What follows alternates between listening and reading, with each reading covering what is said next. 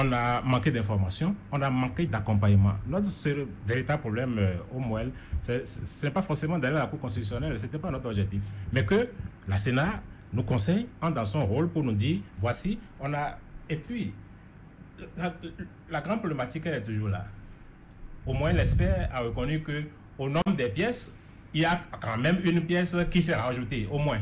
C'est l'expert qui a parlé tout à l'heure. Et que sur cette base-là, déjà, on pourrait demander, on pourrait se poser la question, est-ce que la Sénat est habilitée à pouvoir ajouter des pièces? C'était notre préoccupation principale. Donc, elle ne nous a pas répondu parce que vous avez dit tantôt que... Elle a dit qu'elle ne pourrait pas répondre à certaines questions. À cette question, qu'elle nous a renvoyé carrément et dit, allez voilà, au regard de tout ce qui précède, la Sénat ne saurait vous apporter plus d'informations par rapport à vos questions. Ça, c'est là. Au regard. Ne saurait apporter plus. Donc, c'est un peu comme si on nous renvoyait. C'est signé du président de la Sénat. Absolument. On nous a renvoyé, alors même que nous, on s'attendait à ce qu'on nous accompagne, qu'on nous explique, qu'on nous donne plus d'informations. Ce qui nous a obligés à aller devant le juge du contentieux électoral pour porter nos griefs. C'est vrai que le juge n'est pas allé dans le même sens que nous. C'est vrai aussi que la décision de la Cour constitutionnelle n'est pas susceptible de recours.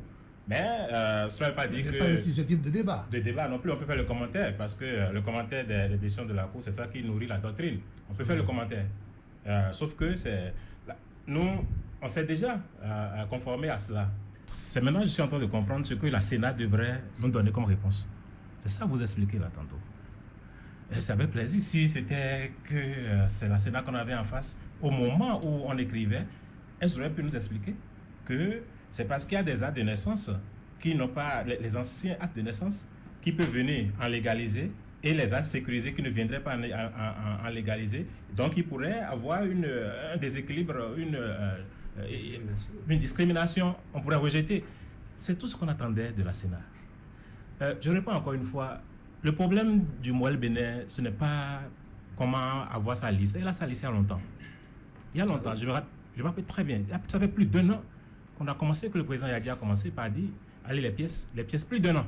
Plus de 1100 dossiers. Donc ce n'est pas... Oui, plus de 1100 dossiers dans lesquels nous avons trié.